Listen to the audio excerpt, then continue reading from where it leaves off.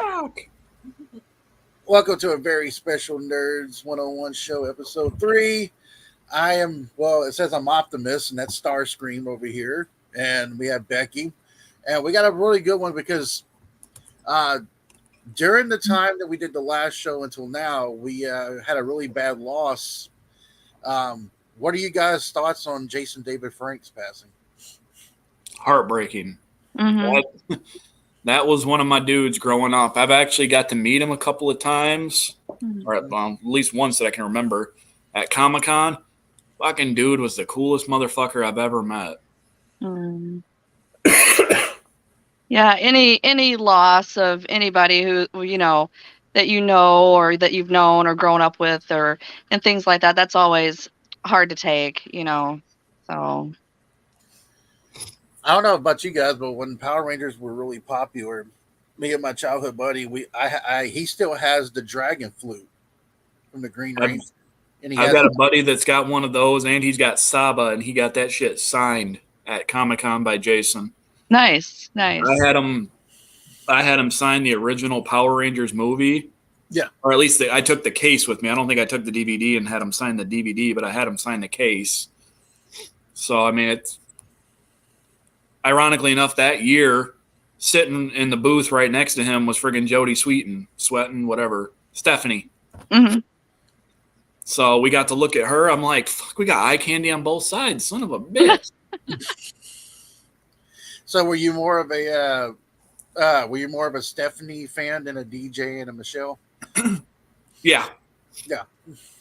I mean, at the time I was an only child still for all that. So, I mean, I didn't really have to compete with anybody. So it wasn't one of those situations, but it just seemed like the middle child always kind of like, I even identified more with Randy from like Home Improvement because he was the middle kid. It's the one that just kind of gets ignored to the wayside.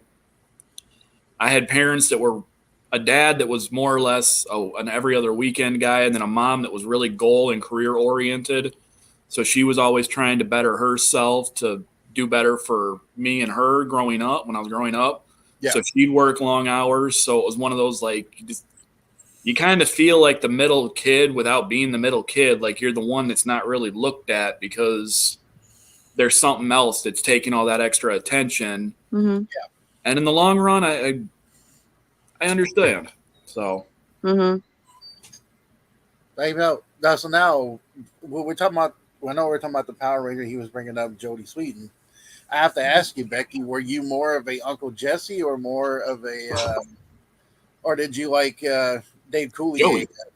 Uncle Jesse, of course. Uncle Jesse actually had a poster of John Stamos and little Michelle Tanner and their matching motorcycle jackets on my wall when I was like 12. Well, I know that Melissa can mention this, but her biggest childhood crush was Jonathan Taylor Thomas. Oh, nice. You do that. I think that's a lot. That was a lot of young gals though too. It was. It would either be tied between JTT or, at least for that show, Zachary Ty Bryan. But obviously, you see which one of the two of them kind of had the glam up, because as much as I like Zachary Ty Bryan still as an actor, holy Christ, that dude ballooned up. Yeah, he did. But, I mean, he's still a good actor. So I just don't see him in too much shit anymore. He's usually on TV sitcoms. And let's not forget about Joey Lawrence. Oh, yeah, I forgot about those guys. Yep. Whoa. Yeah, well, I think Joey Lawrence's brother is dating somebody. Yeah, from TLC, I believe. Yeah, Chili. Yeah, Chili. Yep. That's what I saw. I'm like, oh, good for them. Good for them. And it's still hard for me to see sometimes when you look at the show Blossom, and the girl that plays Blossom is now hosting Jeopardy. Right. It's like she'll always be Blossom to me. Always. God damn it. I know who you're talking about. I just can't think of the actress's I can't pronounce the actress's name. Mayim Bialik. Yeah. I forget she played Blossom because I never got into that show. So to me, she's always going to be Amy. Not gonna lie, the only reason why I watched that show was Joey Lawrence. Not gonna lie. I'm not gonna lie. So I'm guessing Joey Lawrence was your childhood crush. One of them, yes. One of them. I had my Joey Lawrence, and then I had my rock stars, and yeah, so yeah, but Joey Lawrence was one of them. So. What about you, Mike? Who was your kid crush? My kid crush? Believe it or not, my childhood crush is from Power Rangers, but it's not the one that you're thinking. A lot of people go to Amy Jo Johnson. As beautiful as she was, I actually had a thing more for the actress, the gal that played Trini. I always thought she was cuter. Yeah. She rests in peace too because of her untimely passing years ago. Oh my! Car accident. That's right. That was shortly after I believe she filmed part for the role for the second Crow movie, City of Angels. Mm-hmm. She passed away, I think, shortly before the release of that film. Because she plays one of the villains in that movie, and she ends up getting knocked out a window. Ironically enough, into a car for a car accident. Just not that kind of a car accident. But yeah, that would probably be my childhood actor, actress, whatever crush. As a little boy, I had a little small thing for Punky Brewster. I thought, Soleil. you know, And that's the nickname that my father gives me.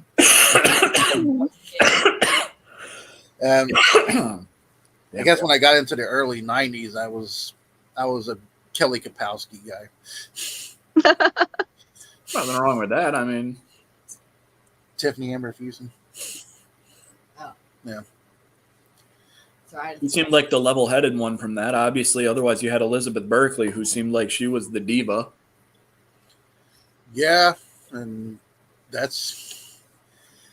I'm gonna ask you guys this one. This is an interesting topic for this one, but is there any '80s cult classic that you guys like that may not be the best movie in the world, but you guys think it's the best thing ever? Heathers. 80s? Or 90, it doesn't matter really. 80s, 90s. I was gonna say, I have one for the 90s too, Clerk. I was born in '87, so that's good. That's making me have to fucking think now. So yeah, 90s would obviously be easier for me. And honestly, I love this movie to death, as horrible and as shitty as it is. And that honestly is the Super Mario Brothers movie with John Leguizamo and Bob Hoskins and Dennis Hopper. Horrible, horrible movie. Horrible rendition of a video game movie. But my God, did it not just have me fucking hooked all the time? And I think it was because of some of the one. Oh, can't forget the cameo of Lance Henriksen, fucking Bishop from Aliens. God, he plays the king that's the fungus at the end of the movie. It's stupid little shit like that, but that I catch. But yeah, I freaking love that movie, and that is always going to be one of my go-tos. That's awesome. I like a movie similar to that. The Wizard. It's from late 80s, early 90s. Like you can't even you could probably find it on Amazon, but it's a hard find. Fred Savage. Yeah, where his brother went to go do that tournament. Yeah. To play Super Mario 3. Yep. That movie is so cool. That movie is so cool. Isn't that the one where they have to use like the Nintendo Power Glove too? Yes. Yep. Mm-hmm. Yep, that's what I thought, because I thought I had seen that movie. It's just been years and years. So. And Christian Slater was in it too. Another.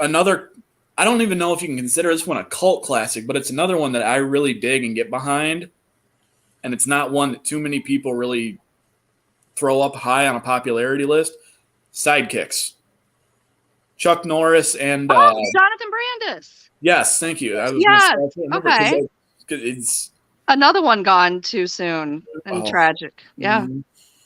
And if I remember, wasn't he also a suicide? Wasn't he a suicide? Yeah. Yeah. Jonathan Brandis was. Yes. I mean, I know that sounds really horrible to just say it so casually, like, well, didn't he hang himself? But sitting here trying to go, oh shit, I can't think. Yeah. I have to. Okay, I got a few. I have 3, maybe 4. I like Monster Squad. It was in the 80s. It was basically this teen group that was trying to get rid of the monsters. They had Dracula, Frankenstein, Wolfman, and the Creature of the Black Lagoon. I loved Garbage Pail Kids. That was another one. I know he gets some slack, but I love Dolph Lundgren and He-Man Master of the Universe. I know it was a crappy one, but you can't go wrong with Skeletor, and that one was more serious, and he is but I actually like another comic book movie, another video game movie. I actually like Street Fighter, and it's weird as it sounds. I know, John Claude. I've got a love-hate with that one because I really loved Raul. Yes, Raul was Bison. But unfortunately, to see a guy whose career was so great and had so many good movies and have so many good memories out of it, end his career on another unfortunate adaptation of a video game movie. Thankfully it wasn't enough to taint his legacy, but it's one of those that it's like, fuck, this is what he goes out on. Like, damn. But and unfortunately, I think that's just how the case goes with anything like Mortal Kombat, Street Fighter. If they do a DOA, Dead or Alive, which is another fighting game movie. Yes, I think they did. Yeah. I mean, you try to take these video games that are based off, or movies that are based off video games that don't have a linear, like, true story, and give them a story. Like the original Mortal Kombat, yeah, the effects were nice, but all you're doing is you're just beating the shit out of your buddies. There's no story behind it, really. You're climbing a ladder to kick the shit out of Shang Tsung at the end of it if you're playing single player. There's no plot. How do you make a plot to something that is plotless?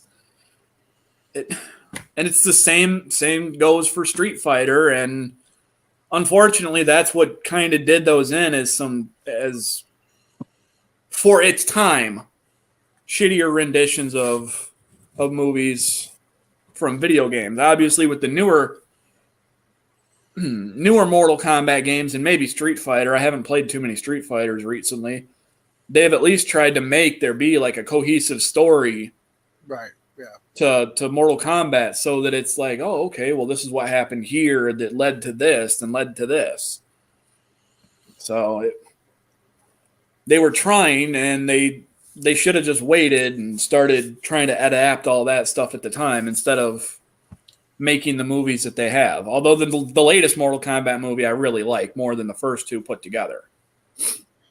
So I had this conversation with Melissa's brother, who just came in yesterday. We were talking about video games, and for some reason, I don't know. I mean, I know Mike. I know you play video games. I'm not sure about you, Becky. If you, my kid's a gamer, so yeah. Okay. Is it just me, or is the older game, like the older consoles, like Nintendo and Sega, are harder now than the ones we got now? Because I had so much with that Teenage Mutant Ninja Turtle game from the Nintendo. I think it varies from game to game. Like, obviously, the dam level on Ninja Turtles is always going to be something that's a pain in the ass for everybody. Same with trying to fight and beat Mike Tyson in the original Mike Tyson's Punch-Out. It's doable. Yes. But it's a pain. But at the same time now, you've got video games like Bloodborne, Elden Ring. Yeah, once you get a combo, you can start kicking ass. But if you're just a casual kind of gamer, oh shit, you're going to be struggling. Like, I suck at Bloodborne. Like, I love the hell out of RPGs and stuff like that. And when it comes to Bloodborne, Dark Souls, Elden Ring, I am a fucking abysmal. I think with me, why I never got into like the newer game consoles is just because for me, the older ones were just super simple. You know, you start, it was just easier, I guess. And I know just playing, and not just honestly never being able to sit down and play, I guess is another reason why. But just trying to like play, even with my kid or any other times, like, okay, button, what, right bumper, what, huh? I'm just confused. Like, what? I mean, it's cool to watch. I mean, I certainly, I've watched people play, and I just look back and see, how the progression of all, how it looked 30 years ago versus how it looks now. It's like, wow, it's almost like you're watching a movie with some of these games. I'm like, all right, this is more fun to watch than I'd be too busy, getting involved over here instead of all the buttons. So. Well, that is true about the controller, because you look at the old original Nintendo controller they had. They Yep. had the arrows and the A and B. Exactly. And then Yes. start and select. Start and select. Infamous B and Konami arrow. code. Up, Exactly. down, left, right, BA start. And now with the PlayStation, you have triangle, X, circle, L2, R2. Yep. Yeah. Yep. Yeah, and that's for me. It's like, okay, that's just way too much. I just want to play. I just want to play. I got one on one side, one on the other. Friggin' Xbox is actually what's on. The PlayStation's not plugged in, but that's because, ironically enough, what's going on my screen on my TV right now, since ironically enough we're talking about video games, when it loads, watching a playthrough of the original Metal Gear Solid. Oh, wow, okay. Why? Because I don't own that one anymore, and it's one of my favorite games. And sometimes you just got to have something else's white noise, too. So if you see me start staring off into space, it's because I'm found a part that I really dig for that video game. And it's from the original PlayStation, so it's not like the updated, like they had the Twin Snakes for the GameCube and stuff, updated graphics and shit. They actually, you know what's interesting too? They had the old computer games with the whole floppy disk. You had the Carmen San Diego, and then you had the you had the Oregon Trail, which always pissed me off, because every time I get close to the end, every one of my family was sick. Yep. So, here's one that I used to play in school all the time, and when I bring it up to people that I grew up with and went to elementary school with, we look at it, because I lived in Sterling, so it's like a little podunk town in Illinois. Fucking useless place on the planet anymore at this point. But we used to play a computer game every once in a while, and it was called Odell Lake. Now I'm sitting there trying to look for this on friggin' just Google it, and everything's like, yeah, no such game exists. I'm like, oh, I know it exists. Oh, Mandela effect. It is not a Mandela effect, because I will definitely talk to the guys that I used to be friends with, and I'm like, dude, do you guys remember that Odell Lake? They go, dude, that game was the shit. Everybody wanted to play that. Everybody said, fuck Oregon Trail. We wanted to play Odell Lake because we could be fish and eat other fish. So I actually was a part of the original 1994. They had the very first ever Blockbuster video game tournament. And I was so prepared, because I had a Super Nintendo and I had a Sega.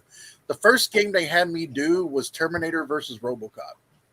Oh, shit, I remember that And game. I was like, what am I supposed to do here? And that's, it's very hard. I can understand for someone like Becky, if you have all these controllers, especially the Xbox controller too. It's the Xbox controller is a lot bigger than the PlayStation one. So it's like it is, but if you look at the button configure, well, maybe not necessarily at this point on PlayStation, as I'm looking at both of them here in my hands. I mean, they got, for the most part, the same button configuration. They just got some shit moved around in different places, and that's the annoying part of it. But at this point, I actually like the layout more of the fucking or the Xbox controller than my PlayStation. I have to ask you guys this: is there any '80s fashion trend that you wish that they would bring back that you would wear so much? Oh, so many.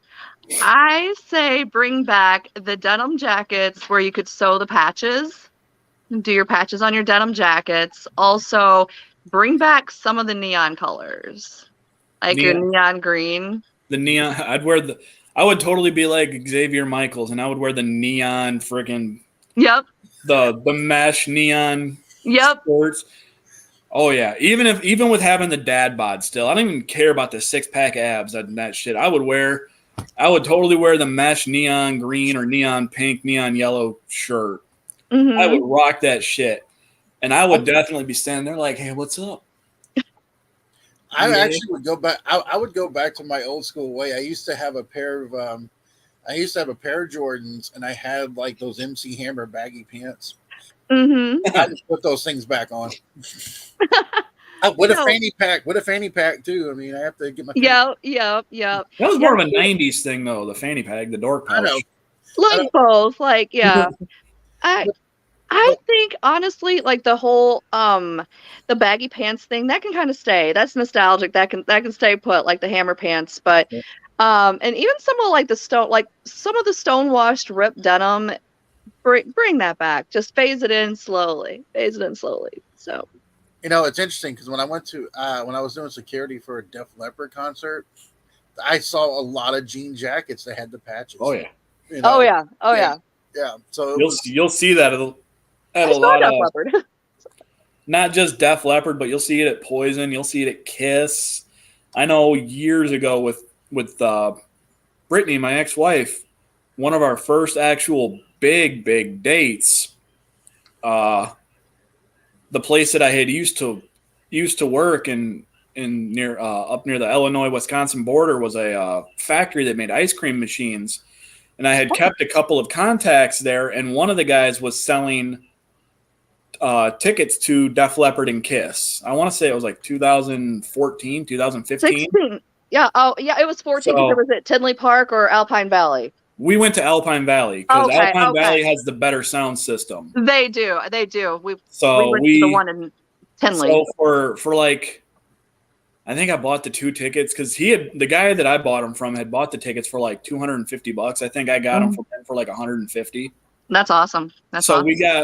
We weren't like down close or anything. We were still like in the actual seats. We didn't have lawn seats, but it was definitely like we had Paul come right over the top of our heads. Yeah, that's awesome. But love it. Yeah, my ex-wife's favorite band is Def Leppard. My favorite band has always been Kiss. So I'm like, shit, this definitely works. Yeah. So. I have an undying love for the Star Child. So, but believe it or not, my actual favorite member of the band has always been the one who's actually caused the most bullshit. Benny Vincent? That's Ace. Ace Frehley? Really? Ace. Okay. I always liked Ace because Paul was the lead singer, but he was the rhythm. He was the backup guitar since he was the lead lyricist. Yeah, and Ace is the lead guitar. Ace had he had the guitar that would have the fucking spinning, the pyro coming out of the top spinning. Mm-hmm. He'd have the smoke that comes out of the fucking fret or the pickups. And I always just thought that was cool. I mean, that is cool. Paul has a hell of a voice. Even at his age, he still has a good voice. Oh, yeah, absolutely. Absolutely. Even though when you take the makeup off of all 4 of those men, they did not age well at all. No. Especially Gene. Ooh. Fun fact, 2016, I entered a radio contest. I had already bought tickets for Kiss when they came to the BMO Harris here in Rockford. I'd already bought tickets as soon as they went on sale. Nice. I'm like, oh, they're like right here. So 96.7, the Eagle, they had a contest, enter to win meet and greet. I'm like, okay, this is like 1,000,000 to 1 chance, whatever. So share here, share there, share there. So I did. And then I get a phone call. I was commuting back and forth to Delavan, Wisconsin at the time for work. I get to the office and my phone's ringing. I'm like, hi, and they said, hi, this is blah, blah, blah from 96.7. You won. I'm like, are you kidding me? I won meet and greet for Kiss. Do you understand is this a prank call? Because anybody that knows me knows that I'm like Kiss fan, Kiss is the band that really turned me on to rock music. So I'm like, okay, is somebody pranking me? Is somebody messing with me? What's going on here for real? But no, we actually went. I won the meet and greet and concert tickets. There was an acoustic set before the show, which was awesome. And they got to walk through and take pictures. I have a picture with Gene Simmons. I got a picture of Paul when he was signing my shirt, but it was really blurry. And I'm still starstruck because I never thought in a million years I would ever be like in the same, so such close proximity. So I was like, oh my gosh. So it was an experience. So yeah. Well, good stuff. That's a kind of a cool segue because we were going to talk about 80s hair metal, and I know you mentioned this, Becky. And I know that you now talked about Kiss and everything, but and I had to say Vinnie Vincent is the most annoying member. He's like, oh, he's really like, no, Vinnie Vincent for sure, but that's okay. Well, sorry to cut you off like that, Kev. The only reason I say that one though, Becky, is because every interview I've always seen like different stuff from growing up. I used to have all the like different behind the scenes stuff of like Kiss Unplugged and shit like that. Oh yeah, yep. And Ace was always he was being the drama queen for the group when he was there. Like when he auditioned for the band, he didn't even wait his turn. There's somebody already in there auditioning. He comes in, he unplugs everything, plugs his shit in, and they're just looking at him like, "The fuck are you doing?" Yep. With mismatched shoes. Get out and wait your fucking turn. Right. But yeah, there's been so much drama. But I mean, throughout the years and the switch up of members and everything. But yeah, definitely out of the original members, I would say Ace would be the one that's more problematic than Peter Criss. So Peter Criss is just kind of Peter Criss. So. Yeah. What is the joke? Nobody ever wants to be Peter Criss or something like that. Not even Peter Criss wants to be Peter Criss. Family Guy. Was that Family Guy? Yeah, it was Family Guy, but I couldn't remember if that was the joke. That was the joke. Like, oh, nobody wants to be Peter Criss. But I'm sure he's a nice guy and he's a great drummer, but that is funny. Yeah. I wonder, so what makes so what do you guys think made the 80s hair metal like so popular, so residual to people like pretty much our age, really, if you want to think. Well, I would say you're seeing the changeover from the disco hippie era into something louder. So you before you were hearing music like, say for instance, as more bands were going over to electric guitar, you're hearing bands like Journey, and then here you go 3 years later and then you're hearing like Motley Crue or something of that nature. So you're hearing everything get louder and rowdier, and you're seeing the debauchery and all that. So I think that was the appeal, and of course everything sounded great. Obviously there's some out there that's like, okay, I don't know what this is, but A for effort, like for sure. But it's still good to listen to. It's still great. So it's all fun, but there's still people who think that the Beatles kind of jump started that. I would have to say that they did jumpstart some metal with Helter Skelter. I would say Helter Skelter would be one of the first metal songs. I mean, if you took a listen to I believe it's the White Album. The White Album does show a heavier side of music from the Beatles. Oh gosh, I can't remember the name of the song. It's like running through my head right now. Like Tomorrow Never Knows. I believe that was off of Rubber Soul. That's also kind of it's a cross between psychedelic and rock, and like heavier rock. So I think you had Paul McCartney screaming, a little more like he was one of the very first ever screamers. But I think the one band that I really did grow up loving into the 70s and 80s, I was a big Aerosmith fan. Yep. And it kind of goes what you were saying. You go from Aerosmith, you hear Queen get a little louder.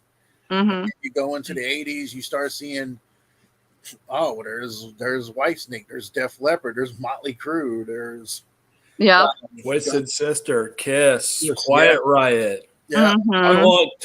Kiss kind of came before. Kiss was in a sense. Kiss is that in between the Beatles and the actual hair metal, because they got their start in like the mid early 70s. Yeah, so they've been at it for about 50 years now. Ultimately, originally started as Wicked Lester. Kiss did. Yep, and that was when it was just Paul and Gene, and then they started then they brought in Peter and Ace and went to Kiss. Yep. My favorite band. And I don't really call them hair metal. Some people put them in hair metal. I don't. I put them in it's a different kind of metal. But I'm a big AC/DC fan. So for me, it's like I wouldn't put them into a hair metal either. They'd fall into the hard rock. Yeah. And part of the earlier metal where everything starts getting louder. Yeah. They're one of the ones that started easing in from late 70s, early 80s up. So.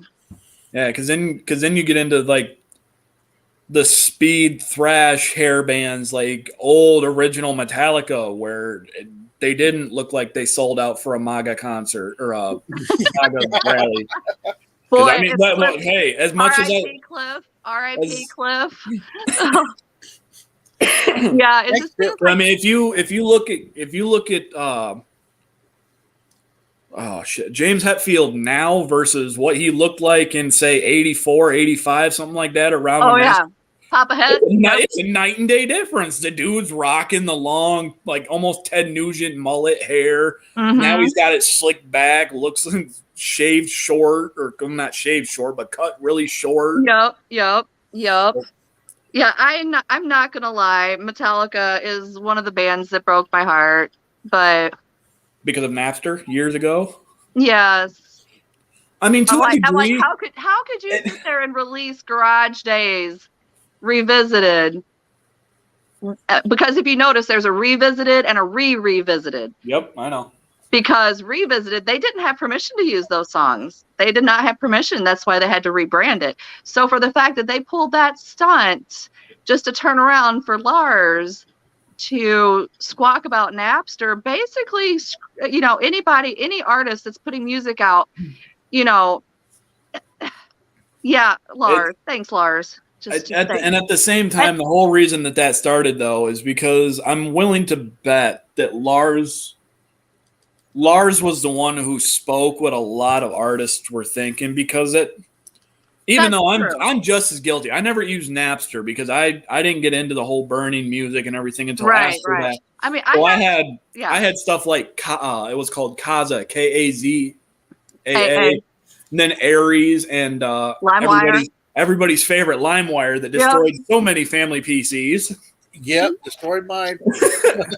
But yeah, I had those, and it made just getting music so much easier, because instead of now, hey, I want these 2 or 3 songs off this album, but I don't want to go spend $15 for the entire album. It would still take money out of the artists as a whole's pocket. And it did take the fun out of going out and buying a new album or a new CD. Yeah. It's like you're looking forward to this CD to drop or whatever. And like I remember when Load came out, actually. That's a prime example. I have that on cassette. I have Load and Reload on cassette. I was so sad when I heard it. I'm like, oh, but it's Metallica. No, and then by the end of the 90s, I was just done. But anyway. So let me ironically enough, now when I buy an album for like 1 or 2 songs, like the last I'll use Rammstein because that's one of my favorite bands currently, actually, ironically enough.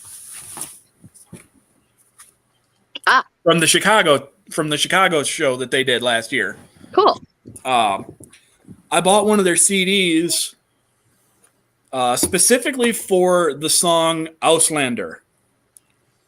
Auslander is now the only song on that CD that I pretty much will not listen to, because I listened to it so much and then started listening to every other song on that album. And I'm like, fuck, I like all the other songs now more than that. Right. Now it's one of those like, all right, now I don't have a problem buying a whole new album or buying a whole new record for something, because I know I'm going to find another hidden gem that I didn't think about in the first place. So I think what's also cool is that vinyl records are back. And it's like, that's kind of a nostalgic thing, but I still listen to Bang Your Head while I'm I still listen to Bang Your Head at the gym. Like, every time that song comes on the radio, my radio gets cranked, and I am guilty. Mental health will drive you mad. And I am guilty. One of my favorite things, I know it's guilty and it's super uber nerdy, but I know Dee Snider has a syndicated radio show, House of Hair, that comes on the weekends. Yeah. Usually one of the stations out of Wisconsin. I believe it's 101.5 out of Madison.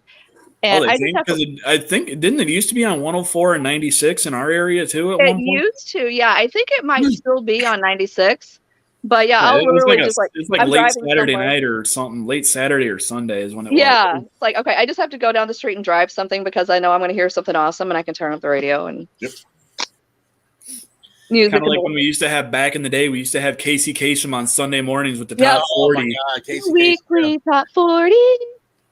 You know what's interesting too, when you talk about popping in, Quiet Riot and then bumping Bang Your Head, it's the same thing that happened in the Footloose movie where the result he got pulled over.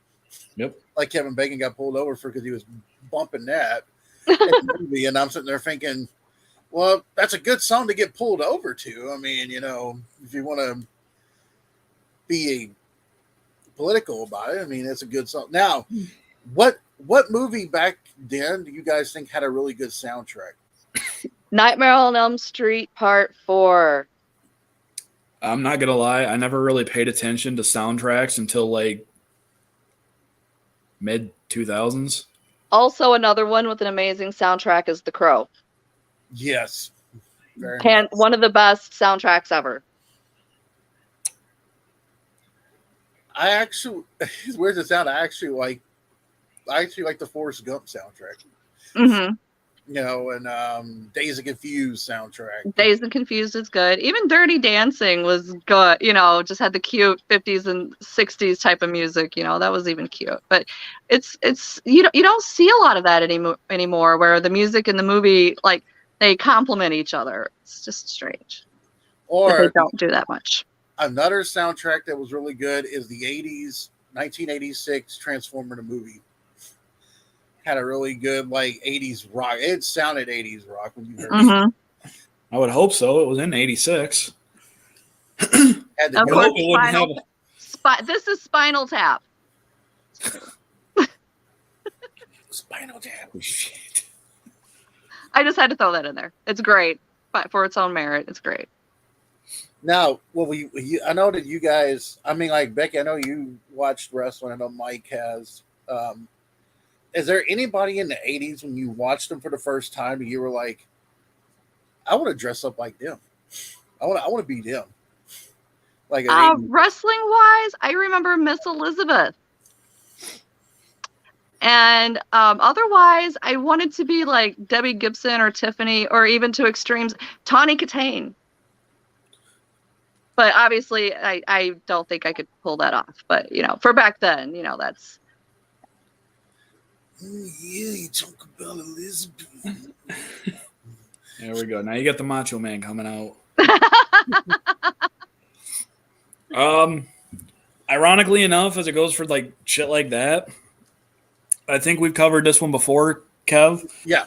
But one of the people that I've always, like, in that from the 80s and even its early 90s, the young Sean and Marty Jannetty. I mean, I was one of the scrawny little fuckers growing up, and I always thought the Rockers were freaking cool. I didn't know about all the drama and the partying that they did back behind the scenes. Of course, yeah. But just the way they did it. Otherwise, it was always like I would have probably tried to pull off, minus the Confederate flag, a Michael P.S. Hayes. The fabulous Freebird himself. Oh my gosh, yeah. So we have a fan in here called Derpy 501st. It says he said, I'm here for DC content. We're gonna get to that. We're just hold your horses, man. We'll get to that. I'm curious. Hold on. I actually, in the 80s, for me, when I saw wrestlers like that, I always liked guys like Jake the Snake because he had Alice with him at WrestleMania, and the Macho Man, and Jake was always a fun. That's actually what got me in love with having reptiles for pets. Yeah, was Jake, because of fucking Damien. I mean, I didn't care for the defanged cobra or devenomized cobra that bit Savage in the ropes. Although I really love how he freaking sold it, because at the time I didn't realize what a cobra could actually do to a human being. But just watching Damien get draped over a fallen enemy or something, it's just like, dude, that's awesome. That's freaking sweet. I want to do that. I went back and watched that segment, and when I watched back, I looked back at that segment. There was actually another segment where they tried to do it to Sid, and Taker's in the ring, and there was one point with a Cobra going like this to Taker, and even Undertaker in character goes, like, get that away from me. But these, the one thing I have to ask you guys this question is that, and I don't know if you've kept up with it, Becky, but what do you guys think of this whole new, the DCU being changed now, and they're getting rid of Henry Cavill as Superman? They brought him back. Now they're getting rid of him. They're redoing it. And now they're going to be changing up everything. And, you know, James Gunn is the director of the last Suicide Squad. He does Peacemaker for DC, and he also was a Guardians of the Galaxy. But What's your take on that, guys? I mean, I'm all for it. Sorry. Oh, sorry. Oh no, I'm having a finger contest with my daughter over here. Oh, Oh nope, she ran away. I win. Ha! it's gonna be one. We're just gonna have to sit back and see how it plays out, honestly, because with the whole back and forth with Henry without him, we're just gonna have to sit back and see what happens. See how it plays out. That's where I'm at, honestly. I think with the whole Snyderverse thing they did, I think that what happened was they rushed way too much trying to catch up to Marvel, and That's exactly what happened, Kev. I mean, Warner Brothers isn't stupid. They saw what Disney did with the Marvel Cinematic Universe, and they wanted to try to catch up and cash in as quick as they could, forgetting completely how long it took Marvel to get where they were. And unfortunately now where Marvel's going to head, because your big guys, their story arcs are pretty much done. I mean, Tony's dead. Cap retired. Now it's on to Sam. So, I mean, now you're ushering in the next wave. But now what we're trying to do is we've got Marvel trying to just cash in on getting the content out as quick as they can without actually putting effort behind it. Yeah. So, and that's the unfortunate thing, because like I was really looking forward to Hawkeye. I was looking forward to She-Hulk. I was looking forward to a lot of these. And all they did was they're trying to pump this stuff out to keep cashing in and get ready to make the next Avengers movie or something, instead of just slow cooking it. And their most successful two have been Loki and Falcon and the Winter Soldier. And they're not even ultimately, at the end of the day, all that great. They're decent, but I think the last DC EU from the Snyderverse that we're going to see, I know we're going to be seeing The Flash, and then we're going to be seeing Aquaman too. I think those are the last two of the DC EU.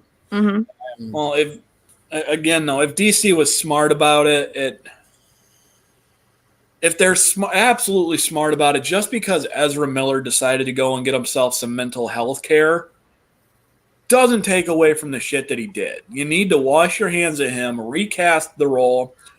There's more than one iteration of the Flash. We can find a way to, I mean, just because Barry Allen is the most well-known one because of the cartoons, the animated, there's still plenty of other ones that you can bring into it. Or you could even try to write into a new Flash or something, or just slow cook it.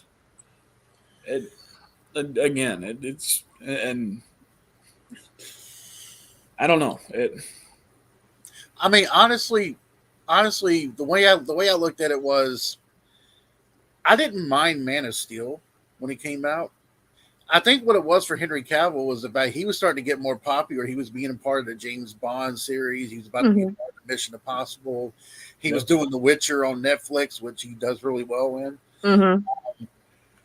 I think for Henry Cavill, for them to basically tell him, the old regime's like, hey, you can say you're back now. And I think Dwayne Johnson really tried to, he tried to use that star power to push some heads at DC, and they're like, no.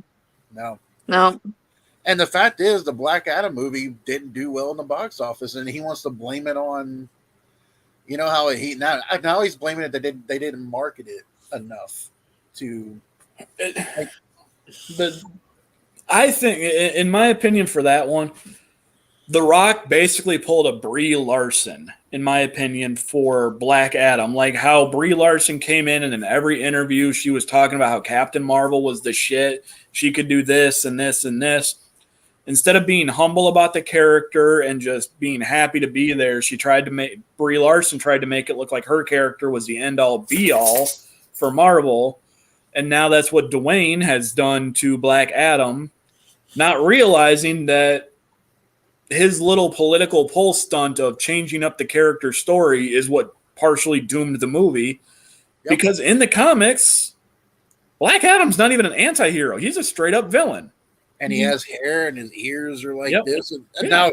now he's literally the shadow of Shazam. For all the good that Shazam is, Black Adam is the absolute polar opposite. He's not an anti-hero. He's not even you can't even consider him to be in the same level of anti-hero like you would with people like Deadpool or Venom.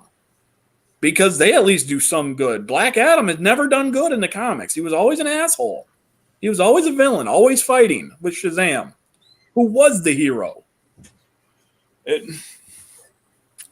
But you have these actors and actresses, both on DC and on Marvel, and even just all together, that don't want to be the bad guy. They don't want to play the role. Sorry, it seemed like my lights dimmed for a second there. That's why I did that. Like it scared me for a moment. Undertaker coming out there now.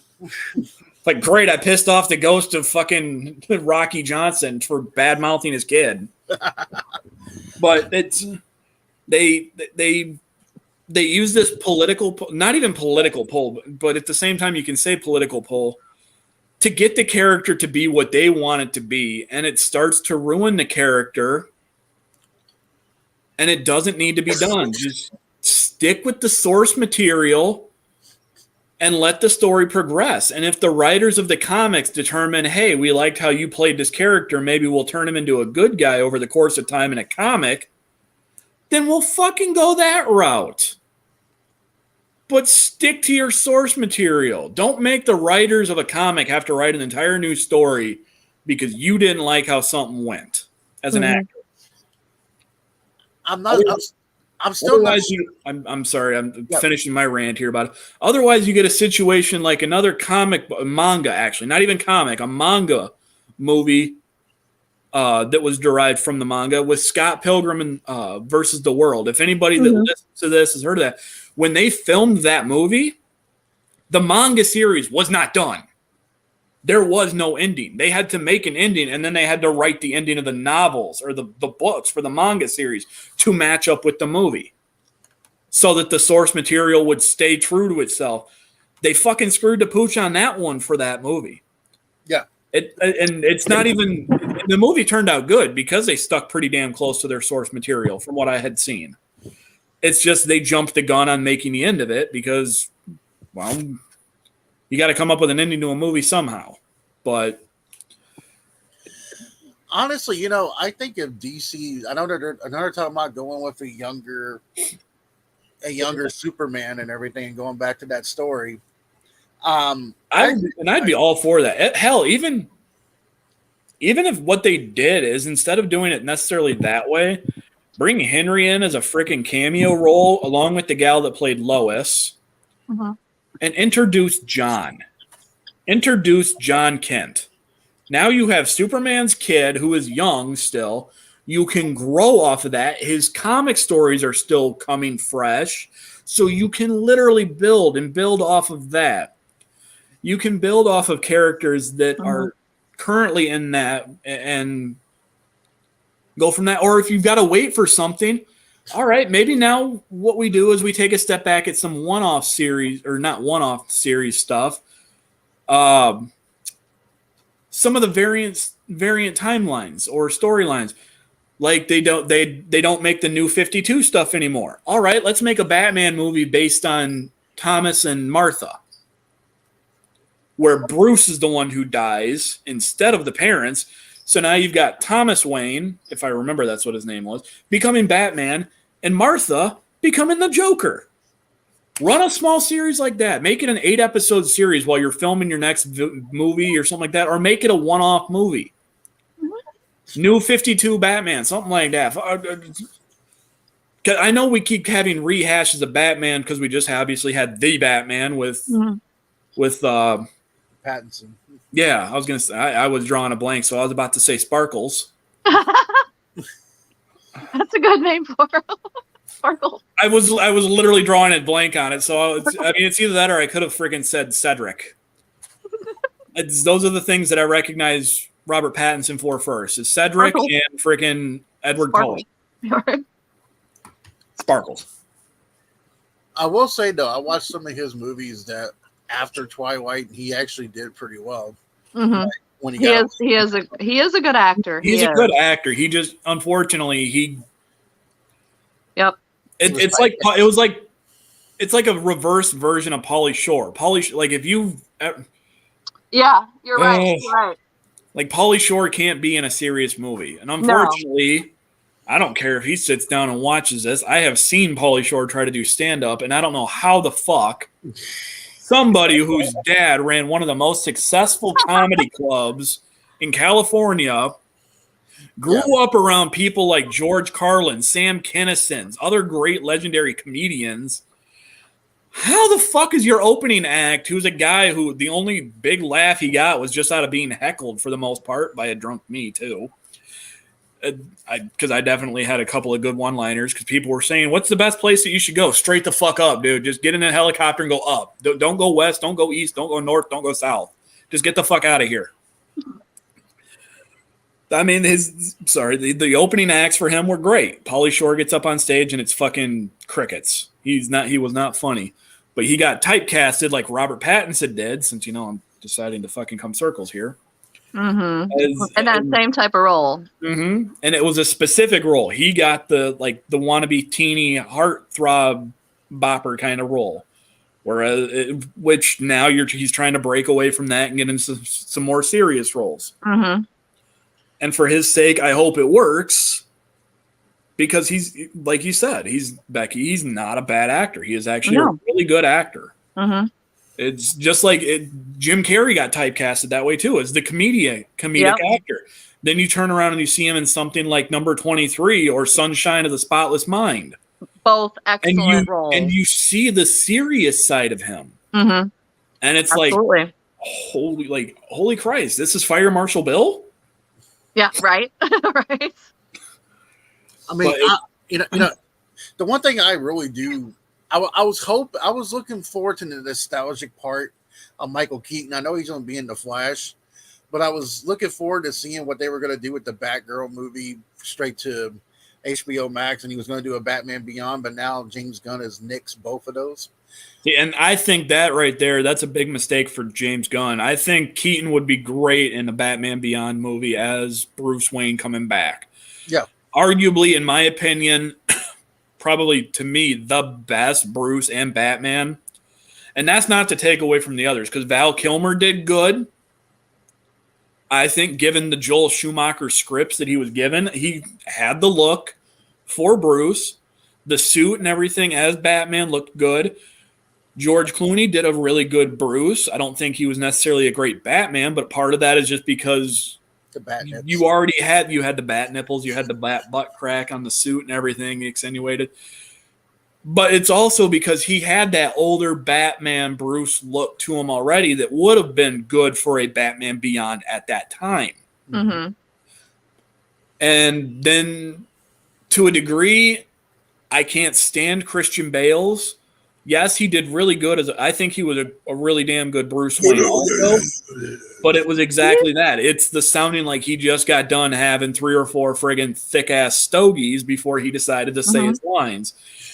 I can understand trying to disguise your voice to differentiate between Bruce and Batman, but not to the point to where it literally almost comes off cross as a whole different character like that.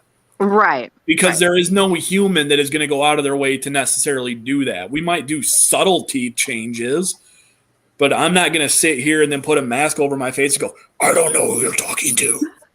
You already know who the fuck you're talking to. Nobody knows who you are. You didn't have to change up that damn much.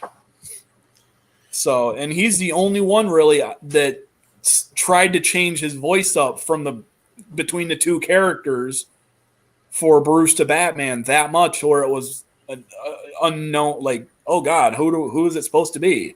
Mm-hmm. Everybody else, it was subtle changes. Listen to Michael Keaton talk between Batman and Bruce Wayne. There's subtle nuances that give away that it's like, oh, maybe it's not Bruce. Maybe we don't know who it is. And they didn't have to give away this stuff like Bale's Batman did, where he would give the subtle hints to like Rachel or all that stuff. Like, it's not Rachel. Yeah. the little subtle nuances for that one also. I don't know why I keep coming back to that fucking word. But All the different subtle changes, like he drops hints, like lines that were heard from his childhood that Rachel said, or shit like that, or just different one-liners repeated back to her, and it's like, that's who it is? Oh my god! Like, just let there be the mystery. It keeps everybody safe. The one thing they did with Ben Affleck's Batman and Bruce is when he played Batman, they use like a little voice changer, just a little bit. To alternate it a little bit, but yeah, I mean, just even if you make it just a smidge deeper or a smidge higher, one way or the other, it's with Affleck's, and he actually wasn't a horrible one too. But I probably wouldn't have cast. I would have probably. I just don't like Ben Affleck. He wasn't a bad Bruce Wayne for the Frank Miller version they're going for. Yeah, exactly. Like it's that, and that's what it boils down to. Is it's hard to find the person that can play the best mix of both characters. And that's why I think Michael Keaton was the best, because he had that kind of upper echelon individual that looks like he would have come from the silver spoon that you wouldn't expect to see do that.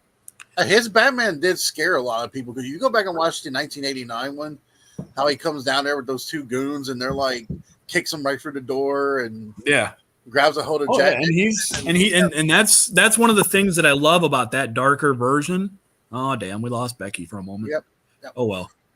Is his Batman wasn't afraid, like he wasn't afraid to kill, but neither, if I remember right, in the early comics, neither was the actual Batman. Like the only one he didn't kill was freaking Joker. And then that's what started everything. And now, to a degree, depending on what it is, they've made a joke out of Joker.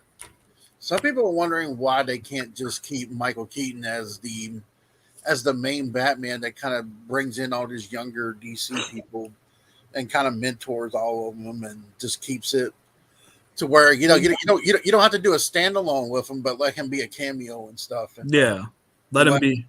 Hell, even if you decided just as like a throwback to it. Don't even necessarily make him Bruce. Let him be Alfred.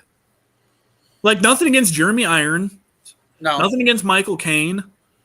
Nothing. It's those. I can't, for the love of God, remember the guy who played Alfred from the first 4 Batman movies, but obviously he's passed on. Sorry, guys.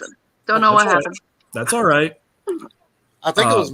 I think his name was either Pat Hingle or Michael Goff. I know one of those was the police commissioner, and one of them was Pat. The guy in the police commissioner Gordon, I think his name was like Pat O'Donnell or something like that. Yeah, his name was Pat, because I've seen him in some other stuff Goff, too. It was Michael Goff that was the. I think you're right, Kev. Yeah, but yeah, I mean, it's just Bring Michael Keaton in as like a role for Alfred, like Jeremy Irons was, and have them introduce, like, don't like have them look at somebody, like have Commissioner Gordon look at him and be like, have it like a throwback thing, like, hey, how you doing, Bruce? I mean, I'm sorry, Mr. Pennyworth.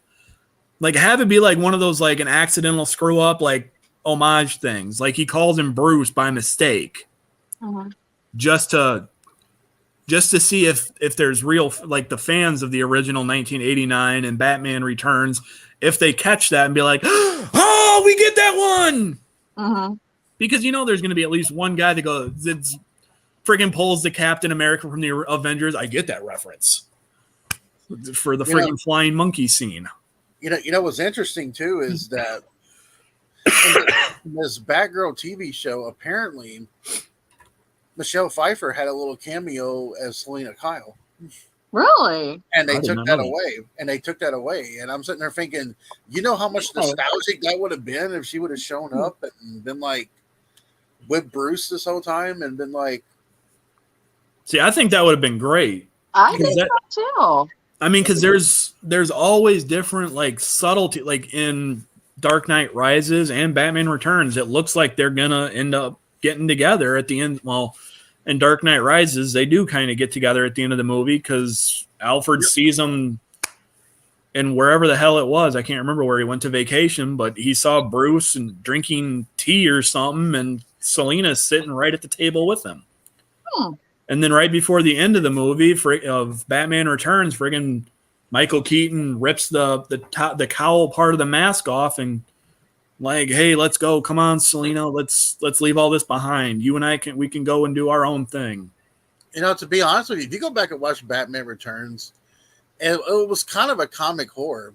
It was. If you kind of look honestly, I love that movie probably a little bit more than 89 Batman, but only because I felt that the plot was more pulling in for that movie. Nothing against Jack Nicholson's Joker, nothing against Joker, nothing against 89 Batman. There was something about the character with Danny DeVito and Penguin and everything, and just the plot for that movie that hooked me a lot more than the Joker. But part of it also is because, I mean, we already knew that Penguin had a backstory. He had an upbringing. We knew what his stuff was. And unfortunately, that's also one of the first times with the 89 Batman where we start to see somebody try to give a backstory to a character that had no comic backstory. And they should have left it that way. I will say that is what they did with The Dark Knight, what they did right for that one with Heath Ledger. They didn't really try to give him a story. And when they started to give him like a backstory, you didn't know if it was truth or bullshit because he kept changing the story. Like the first time, like the first story, it's, you know how I got these scars and his daddy did this, and then there's another one of he tells like 2 or 3 different variations of the story of how he got his scars on his mouth. He's literally the dog chasing the tire. He doesn't know what's going to happen, and he had no goal other than just to have chaos because Batman was there and he wanted to reap chaos. I'm sorry. I completely just hijacked and completely went on like a 10 or 15 minute tangent about Batman. And ironically enough, I'm actually one of the biggest Batman haters on the planet because of Batman's goddamn plot armor. And it's not even necessarily because of Batman. It's all the Batman stans that are, oh yeah, with prep time, Batman could beat this person. Okay, so this other person doesn't get all that same prep time that Batman just fucking got. Oh yeah, with prep time, Batman would beat the shit out of Captain America. Captain America's getting the same fucking prep time though. And Captain America's a hell of a lot smarter than Bruce. Well, let me just clarify this. I'm a Batman fan, but even I can basically throw this out there to anybody. If you think for 1 second that Batman would be able to beat a guy like Wolverine, No. it ain't gonna happen. It's not gonna happen. If you think Batman can find a way to beat the Hulk and try to shrink him down to size, no, it ain't gonna happen. And well, shit, Hulk is in comics. Hulk has essentially taken a fucking nuclear blast. Yeah. So unless Batman has the ability to friggin' go to the White House and push the button for a nuclear weapon to strike the Hulk, specifically where Hulk is, Batman doesn't have the capability to take him down. Because even the military, when in one of the other like bastardized versions of Hulk that we have, which actually I think this is the one that we should have kept, with Edward Norton's, they tried to do the sonic waves, and it started to work, but it was hurting him, but it wasn't making him go back to Bruce. It just pissed him off more. Yeah, I don't know if you guys heard this, but they're going to be doing a Marvel movie where Harrison Ford might become the Red Hulk. That'd be interesting. Oh yeah, because the guy, who was it that played Thunderbolt? I forgot what that guy named. I forgot what his name was. He passed. It's not William Hurt. It wasn't. Was it William Hurt? I'm trying to think. Let me see. I think it's William Hurt is the actor that played Thunderbolt Ross, which was the Colonel. But yeah, he passed away, so they have they have to find somebody to replace him. And that's what they were talking about is they were going to have. It is William Hurt, son of a bitch. Yeah, it is. Yep. Mm-hmm. Ooh, the one person. Yeah, because he died in March. It'll be a year ago, in March 13th. Damn, he almost made it to 72. He died a week before his birthday. Rest in peace, man. Wow. But yeah, he played he played all the way up till either Infinity War or Endgame. He was pretty much the only besides the main hero's recurring character from that, and the only one to come back from the Incredible Hulk movie. On top of that, but yeah, his character in the comics and in the video games and shit like that. Thunderbolt Ross is who becomes Red Hulk. So I'm really interested to see how the Thunderbolts movie is going to come out and come across, because I'm really intrigued to see what they're going to do with it, and I hope they do the characters justice. I would like to. We got to play a little game here. We got to play a little game here. I have to get back. I got to get back to do this game here, and Mike can join in on it. If you could cast Batman, the Batman villains with the MCW roster, who would you put? Who? MCW roster and as Batman villains? Yeah. Let's see. Oh. I would say Kayla would be a good Joker, but she'd also be a good Harley Quinn. Who? Harley Quinn. No. Which one of us? Or which one of the roster? Kayla. Ah. Separate name. Nate's probably going to hate me if he ever hears this one, but I could see him being a Killer Croc. Yeah, that's what I was thinking too. Or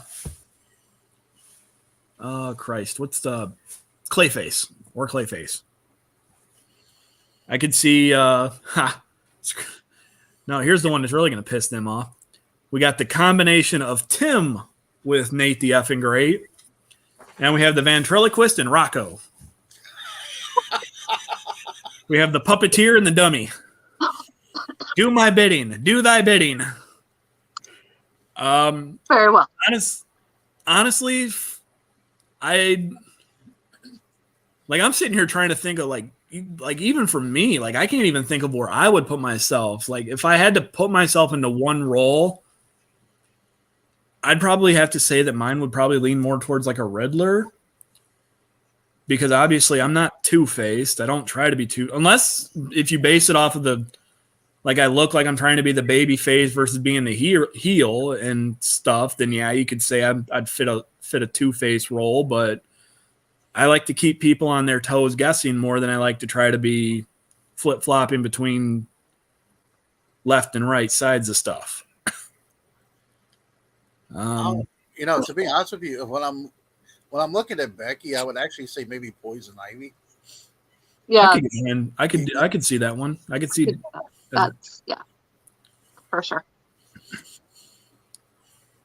And the more and more I think about it now, I think I would make the tandem of Joker Harley Quinn interchangeable between Courtney and Kayla. I think so too. Yeah. So both of them kind of can fit into either slot. I think so too. At any moment in time. I don't know where I would stick Aaron. Trying to think. Maybe the Black Mask. Yeah, that could probably be, yeah. Or something like that, maybe. Yeah, because I'm not trying to sit here and go with like the outrageous, like way out there, goofy kind of DC villains. Like, yeah, he'd be Calendar Man or some weird shit like that. Like I'm trying to think of like mainstream ones that people would actually fucking know. Which is why I didn't say that I would pick myself as King Shark just because it's a fucking shark. I have no idea who I would be. I have no idea. Friend? Num Num? Dum dum. No. And I love that it's Sylvester Stallone that voices him, by the way. Mm-hmm.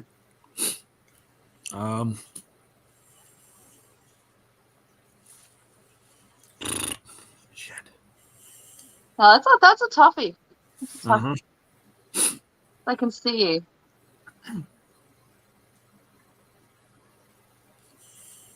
I can't really think.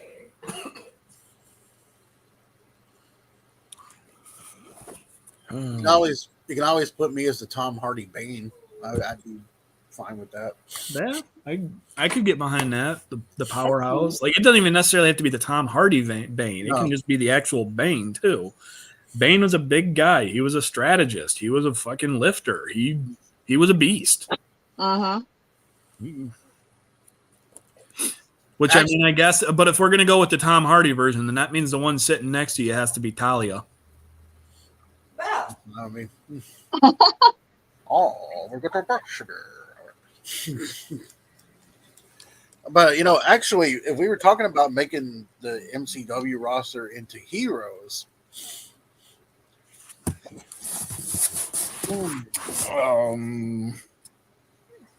I don't know. that one'd be tougher. That one would be a lot tougher because there's obviously a hell of a lot more heroes to choose from that can fit off of people's individual personalities than anything else. That's true. Can I track my order? I don't know. What did you order? Oh, Jesus Christ. I think Expensive. the one most anticipated comic film that a lot of people are looking forward to is Deadpool 3 with Ryan Reynolds and Hugh Jackman. Yeah, and that's because Hugh Jackman's it's gonna be the last time that he'll reprise his role. Not only that, but it's the last time we'll get a Deadpool film too. Well, actually, Hugh Jackman did admit that he might be a part of that new Avengers thing afterwards. And that would be something to see too, though. And Ryan Reynolds has now came out and said that maybe not doing a Deadpool movie, but he wouldn't mind doing cameos for Marvel for other franchises as Deadpool. See, I could get behind that shit too. Oh, for sure, for sure. But I'm also looking forward to the jokes that he's going to do to Disney. Oh, that'll be great too. And I will be right back. All right. Now the Wolverine. Now, from what I heard of this story, is that Wolverine is. If you've seen the Logan movie, which makes me cry, you don't. They're not going to interfere with that storyline. So he will. So that's basically why they got the whole multiverse, and now everything's like, ooh, here you go. Intermission. Do, do, do.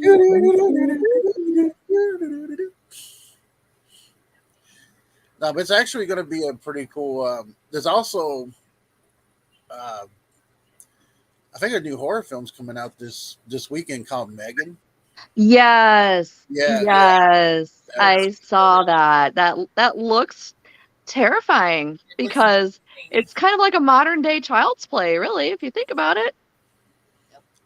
It also kind of reminds you like a little bit of Child's Play and The Boy. Yes. Yes. And I found out for The Exorcist that they're actually going to do the storyline of this family's being tortured and they need someone to help them. And they're actually going to go with Reagan's mom as being the one that helps them. The original mom, yeah. And that was Ellen Bernstein, right? Yeah. Yeah, so she's going to reprise. That's awesome. That's really cool.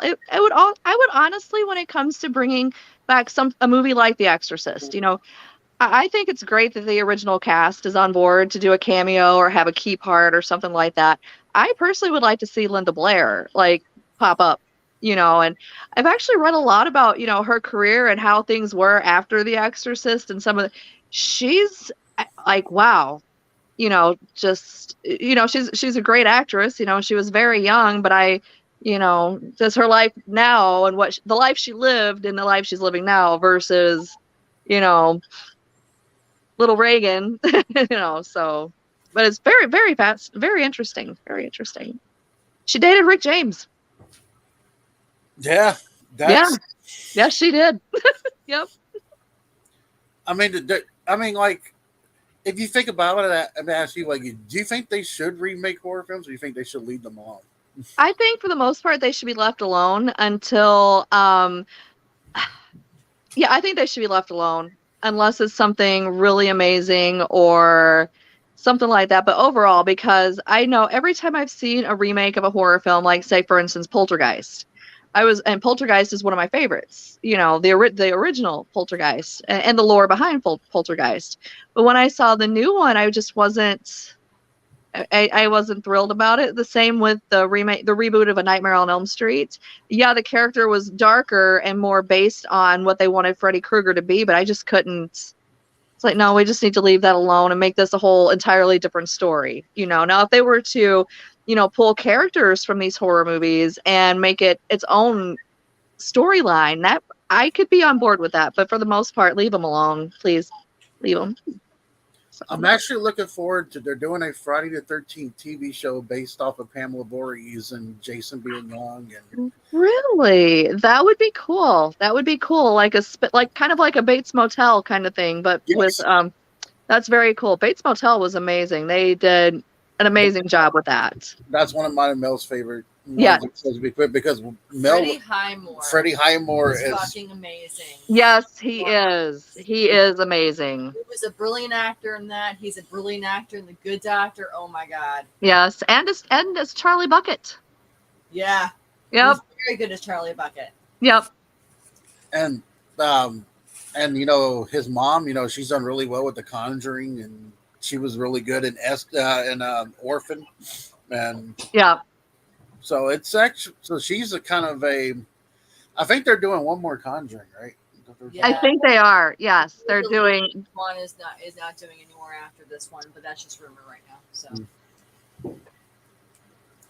But yeah, Vera, I think it's pronounced Farmiga. And actually her sister has been on American Horror Story. Yes. Tasha. Yes. Yeah. And Yeah. she was in The Nun. Yes, she was. Yep. So I think that's pretty cool, A And family of horror film actresses. That would be awesome. So. And that's what they, it's funny because they don't really, and then they talk about Scream 6, and I know I saw that trailer, and now they said that Nev Campbell's not going to be in this one, and it's like, yeah, it's kind of like, because she kind of made the movies, it was the plot was around her, so for her not to come back is like. I heard they might be bringing Matthew Lillard's character back from the first one. Really? Yeah, and that was like, I mean, are they going to bring him back as a killer or someone that helps you track down the killer, or is he going to be right? Yeah, that'll make for a good plot twist. I would like to see if they do that. I'd like to see how that plays out for sure. Actually, what really pissed me off about the last Scream was the fact they killed Deputy Dewey. They killed Dewey. And I was like, Aww. why would you kill the good character in Dewey? Don't. I know. Aw. If you're going to do anyone, kill Courtney Cox's character. Right? Yeah, I the mean, obnoxious reporter. Yeah. I want these shoes.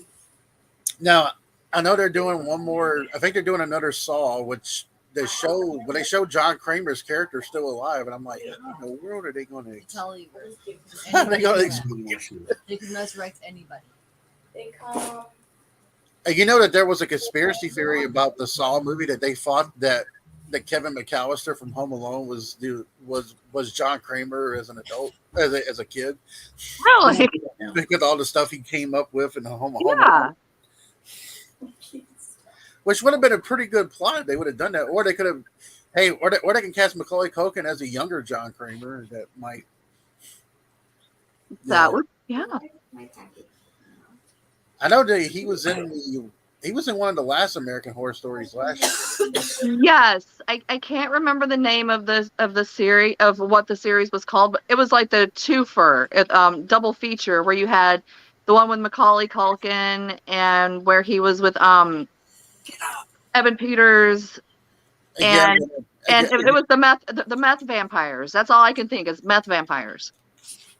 You know what's interesting about that is we tried to watch the UFO one, And I was like, why are they doing this to Amelia Earhart and making her like some pregnant with an alien? I'm like, this is not. Right. Yeah, that was part of that double feature because that had Cindy Crawford's daughter, I believe, was one of the people that was that was being held to breed, essentially, where they kept them and tried to clone them and all that. So, but that was a hard follow. What was you guys' favorite season of American Horror Story? She likes all of them. I'm just biased. I like the first one, and I do like the third one. Mm-hmm. The third one I like because he's like, you get the witch coven, and Yep. The second one's pretty cool with the asylum where they're all in this. Yep. Yeah, that one's good, and I like the one where they have the witch coven trying to fight Lucifer. Yep. That was Yep. good. Yep. That was a good one too. That was the apocalyptic one where, yeah. Now, if you want to go into people like more sexier stuff, then that's the hotel. You know? Yes. Funny story when that one, because my kid, when he was younger when this came out, obviously, and he was supposed to be in bed. And of course, I've got American Horror Story Hotel on. It's like 11 o'clock at night. Kid's supposed to be in bed. Kid comes walking out. What kind of bloody vampire orgy you have going on? I'm like, why are you up? Why are you here? Go to He bed. got to see more Lady Gaga than he wanted to. He did. He saw way more Lady Gaga covered in blood. Looks like I'm gonna have to check out that season. That's good. I have never seen that season. I think I have not seen a full season of American Horror Story. I haven't watched the newest one, the most recent one, but I did watch the American Horror Stories, which was kind of a filler in between seasons. I believe it came out last fall. Mhm. And I like the fact that they brought back Murder House, which is the original American Horror Story. They brought back they built stuff around the Murder House. I'm like, okay, that's cool. That's cool. I'll be right back, guys. Hold I back will up. say this though, Mel's favorite character, she loves Jessica Lange in that movie. In that show. Yes, Jessica Lange is just amazing. Anyway, she's played so many amazing roles, and she's been around for so long. She's just badass. She's amazing. Oh yeah. You know, it's interesting. I went back and I looked at the when she did the King Kong 76 movie. I know she hates that one so much, but you know that Meryl Streep was the first one they were looking at, but they didn't want to cast Meryl Streep because they didn't think she was pretty enough. Really? Yeah. They thought Jessica Lange was a lot more in that Well, I can see why. at that time a little more sexier than she. Here. That's what the director was saying on this. They thought she was more like Sexier. Sexier. Define sexy. I mean, she was more prettier than Meryl Streep. Is what we're trying to say. She actually did a really good. One of the first things I ever saw Jessica Lange in was Sweet Dreams. Oh, yeah, she played Patsy Cline. Yeah. Yes, Patsy Cline story, and yeah, she did amazing there too. And I was told that she did a lot of the singing herself, so which makes it even better. Which kind of explains why she sings in Freak Show. Mm-hmm. You Still know, got it from your phone, Tegan. Put it up. Yep, exactly. She sang "Gods and Monsters," Lana Del Rey song. she just was like a really good villain. That's what She you was a want. really good bad lady. played a really good bitch. Bitch, yeah. And the bitch part, yeah, she definitely played a good one. Now, let me ask if Ike comes back around, too, but you could be in any of the horror films, like if you can be in any, like if you could be any, like, if not necessarily a horror character, but if you could be like one of the people in the horror film, like which one would you want to redo if you could be in it yourself? As in character wise, or just in general? Just in general, character wise too, whichever. And does this have to be from a particular movie or something that wants to be seen in a movie? It's like if you wanted to, like, if there's like a horror film that you liked that you want it to be redone, but you want it to be but you want it yourself in the movie.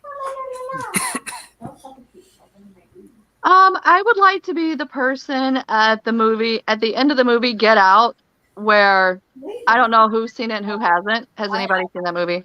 Yeah, it's one of my favorites. Yes. So the one that the savior at the end of the movie, like, well, here I am. I told you. Okay.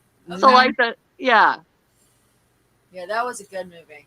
it was. That was really good. I actually wouldn't mind. I wouldn't mind playing the role of Jason. I would love to be more of like one of those where I can just go around and do all these little funny murders where everybody's playing the teenage Frankenstein and I think it would also be cool to be Marion Crane. Marion Crane. Yeah, that one. That would be a good role to play. Yeah, that would be good. So what about you, Mike? Like, if you could be in any horror film remade, like what character would you want to be?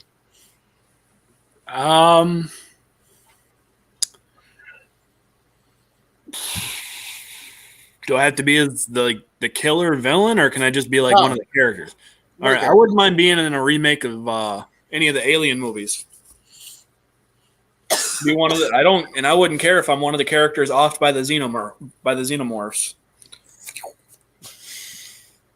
Yeah, I'll take a face hugger to the face. Apparently, I was telling Mel this.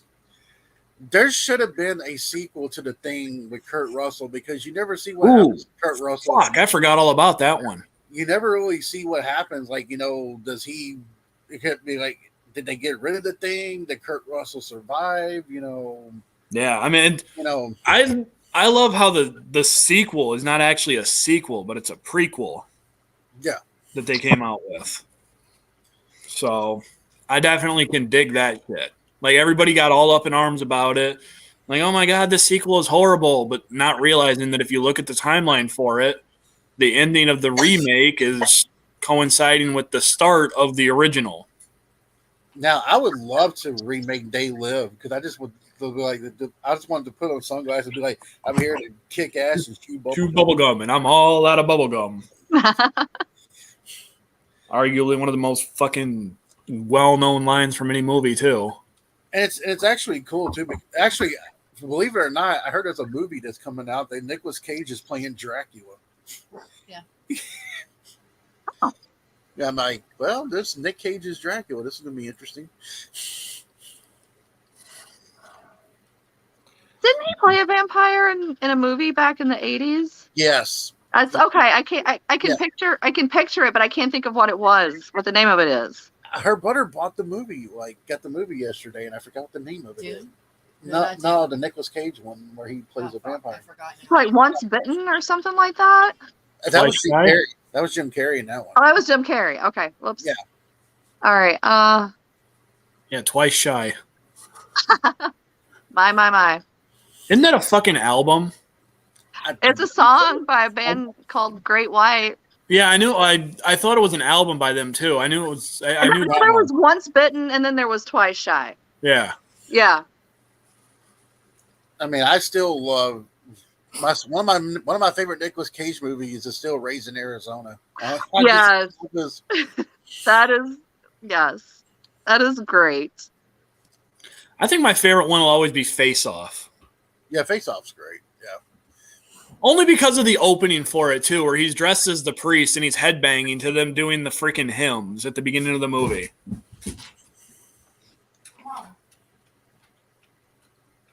Man. Now, I know if you could be in any band's music video, what band would you want to be in? Rammstein. I can only pick one. You can pick a few. Okay. Kiss, of course. Alice in Chains or Jerry Cantrell solo, of course. Slipknot. Alice Cooper, because his live performances are amazing. So I can, Speaking of Slipknot, I didn't really like the fact that Machine Gun Kelly tried to call them old and try to talk shit about them. I'm like, dude, You don't talk Do you shit realize that you're talking to Corey motherfucking Taylor? Like, yeah, Don't talk shit about Slipknot, period. Slipknot fans are yeah. Period. No, They will rip no, their you do face out. not diss Slipknot. So I don't know who or what. I think Megan probably sucked too much of his blood before he said that. I don't know. So well. I That's think what happened. what she sucked. Yeah, his blood. yes, This has got to be a That safe. too. This has got to be a safe for kids show, folks. Never mind all the fuck yous and fuck bombs and everything, but we gotta. Well, no, actually, you know what happened sucked was, each other's blood in some interview. Like I saw, some kind of weirdness that they can do all they want. I don't judge, but that's. Okay, I didn't think know their that. beef was. I think their beef was that Machine Gun Kelly wanted Corey Taylor to be on his album. Yeah. And Corey Taylor pretty much told him that the lyrics suck. Yeah, And pretty said, much. Yeah. Didn't Eminem tell him the same shit? Yeah. Everybody's pretty much told him that. Yeah. Maybe you He's a should great listen. actor, though. He's a great actor. I will say that, but don't know about his music stuff. Maybe MGK should listen. Now, I mean, now as far as Alice Cooper goes, I would love to see his band that he's got with Johnny Depp, the Hollywood Vampires. Yes, I would love to see them live. Yes. And just to see Johnny Depp playing music too, that would be awesome. But yeah, the Hollywood Vampires line up, for sure. He did a video here recently with him dressed as Captain Jack, doing like a. He looked a little different. He looked a little different, but he was pretty much showing Disney, "Hey, I can still do this." Right? Yeah. I don't need you. Right. I think part of it was supposed to be like a meet and greet for some kids or something too, is what it was. Yeah. But honestly, with the whole let's see, Alice Cooper. I saw Manson back in '97, and he got banned in Nashville that concert I went to because he okay. He ended up taking a Mormon Bible and just went, and then like peed on stage. Yeah, you do. Yeah. That'll get. Yeah. I got you. And I saw him. I've seen him live twice. One back in 2014, and one just like 19. I think it was 2019, I believe. The one in 2014 was cool. He actually brought his dad out on stage, and it wasn't. He actually, it was. You could understand what he was saying. It was audible and everything. The one here locally, it was. It wasn't a good show. Did you guys ever hear the conspiracy of Manson? Like everybody thought he was Paul from the Wonder Years. Yes. Yes. No, he's not. I mean, he was smart. Don't get me wrong, but he wasn't. Mm-hmm. I forgot about that. But I told Mel whenever Rob Zombie comes back, I need to take her to a zombie show because I want to see Zombie in concert so bad. He's amazing. And a few years ago, I got to go to the haunted house, the Rob Zombie's haunted house that he did in Villa Park. Mm-hmm. And he was actually performing, after you go through the haunted house, and he had a show afterwards. And it was amazing. I know some of the locals didn't like it because they reference serial killers, one being John Wayne Gacy, and being in Chicagoland, still sore subject. Oh. Yeah. So there was a little bit of controversy about that, but otherwise, it was great. It was great. It was great. I have to wonder though, like if you go to Wisconsin, Milwaukee, they don't like the name Jeffrey Dahmer there or something? Probably. No. I don't think so. Even if you just cross the border over into Beloit, they know because yeah. Did y'all both get to see that Jeffrey Dahmer show? I did not watch it. No, I haven't had a chance to yet. Evan Peters is an amazing actor, though. He's he's amazing. But I haven't had a chance to watch Dahmer yet. No. Yeah, I mean, Evan Peters is amazing as it is anyway. So. Yeah. This was the one role Evan Peters said that kind of fucked with him for. Yeah. Afterwards. Yeah. And he's played some pretty fucked up roles too. So I can imagine. Netflix is also working on a mini series for John Gacy as well, and they're going to be really having somebody play him too. And I'm like, oh man. Yeah. Now, if you go back and watch Once Upon a Time in Hollywood, they have a little bit of the Charles Manson stuff in that one. Yeah, that's one that is on my bucket list to watch real soon because wasn't it Margot Robbie played Sharon Tate in that movie? Yeah. Yeah. I believe so. Yep. I will be right back. I'm gonna drop and then I'm gonna pick back up on my phone. I gotta put the computer on the charger. So give me a few minutes here, guys. Okay. We'll be wanting. Yeah, we'll wait for you, and we'll be winding it down soon. We'll leave the light on for you. Unless he really has to take a dookie, which he can admit if he had to. I mean, it's okay. You don't mind. Do your thing. No, I mean, honestly, if you see this Jeffrey Dahmer show, it makes you sort of feel bad for him. It's really like if you watch it, it makes you feel sort of. I don't condone the fact that he killed all those men. Don't get me wrong, but Right. it makes you feel bad for him because of his childhood, and so that's where it gets really interesting. Or he was screwed up from the beginning, But Evan Peters looks just like him in the show. It's like amazingly creepy. Yeah. I think Evan Peters, I think any role you hand him, he can make it happen. Yep. And he can make it happen, hands down. He's phenomenal. You know what's interesting too is when he was in American Horror Story, he didn't mind wearing the leather outfit. He didn't mind being like a girl or a gay guy or nothing like that. He was like, whatever, let's do it. Yep, let's do it. Yep. I forgot the one American Horror Story show where they were doing the political stuff. That one I wasn't. I wasn't a fan of that one. That was Cult, wasn't it? Yeah, that was Cult. I didn't like that season. Not gonna lie, didn't like it. I mean, the actors, they played great roles. Even Chaz Bono was in that one. He made a cameo. Yeah, that one was just a little too close to. I was like, we really got to put this in the middle of the show. And there was. I didn't like it.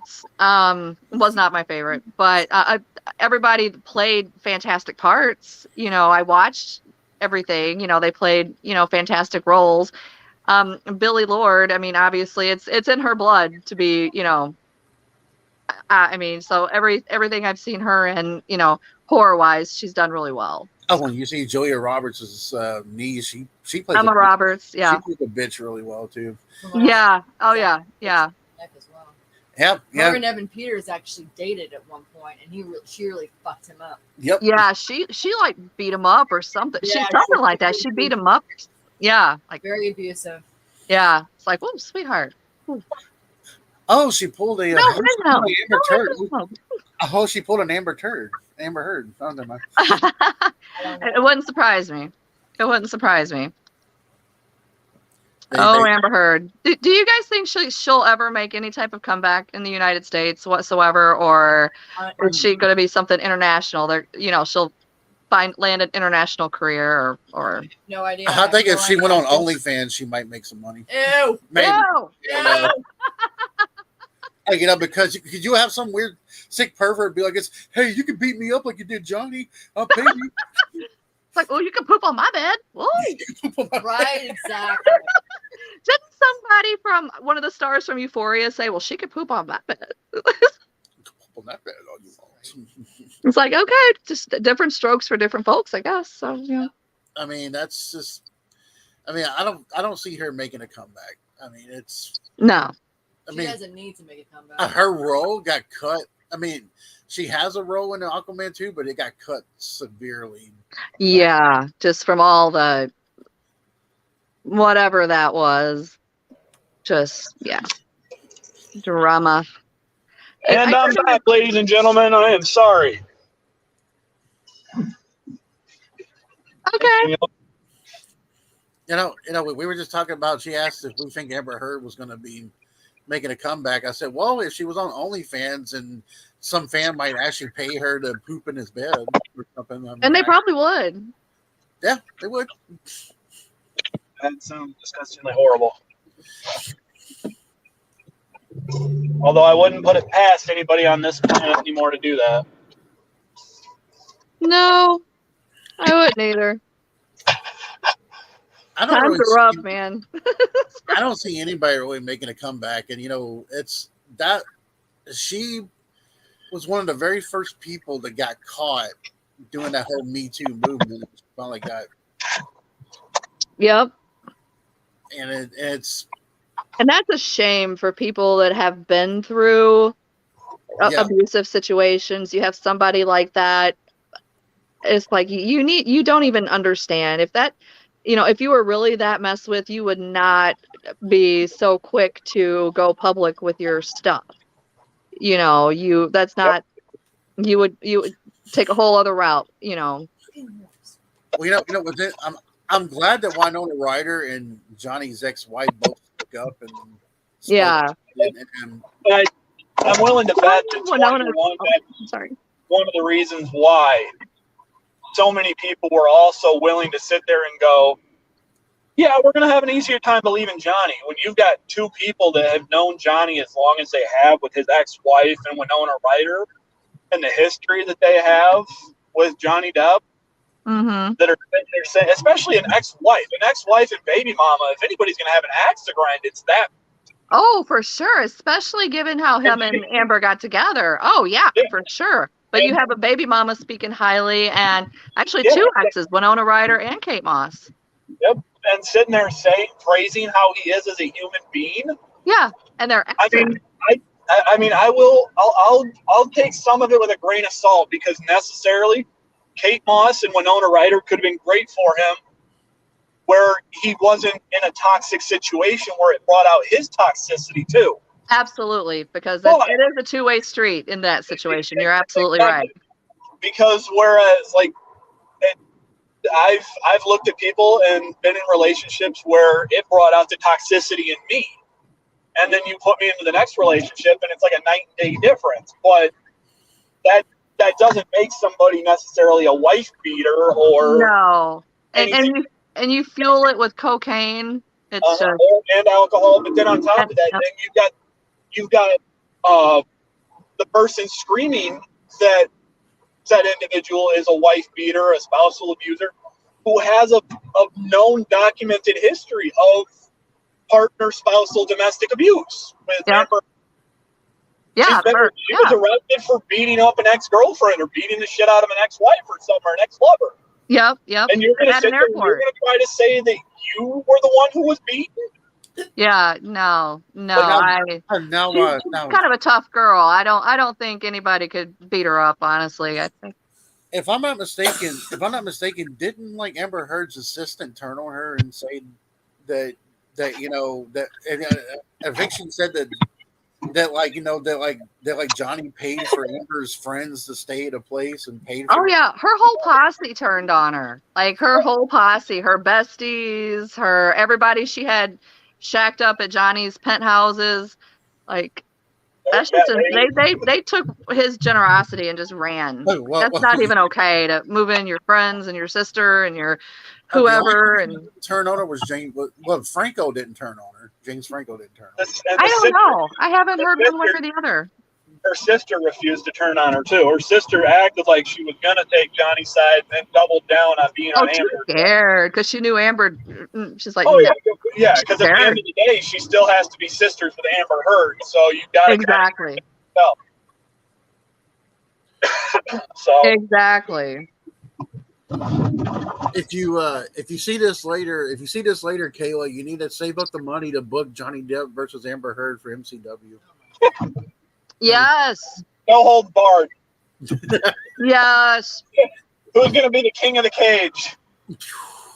There's our title match for the King of the Cage championship. Mm-hmm. Screw everybody else. Sorry, Nate the effing Great. You don't get that belt. Sorry, Priest of Pain. Sorry, PK Valor. It's going to go to either Amber Heard or Johnny Depp. Who gets the first knockout? Now, no wine bottles involved, though. You got to leave the wine bottles out, even though it's a no holds barred match. Now, what I would expect if Amber Heard beats Johnny Depp, I would expect one of you ladies to come down there and beat the hell out of Amber Heard and get it from her. That's what I could limp over there and do that. Yeah. I was gonna say, because I'm not above putting on a wig and punching Amber Heard in the taint. I could limp over and take care of her. I can take care of her. Like, yo, I know you're a Southern girl. I can take care of you. It's all right.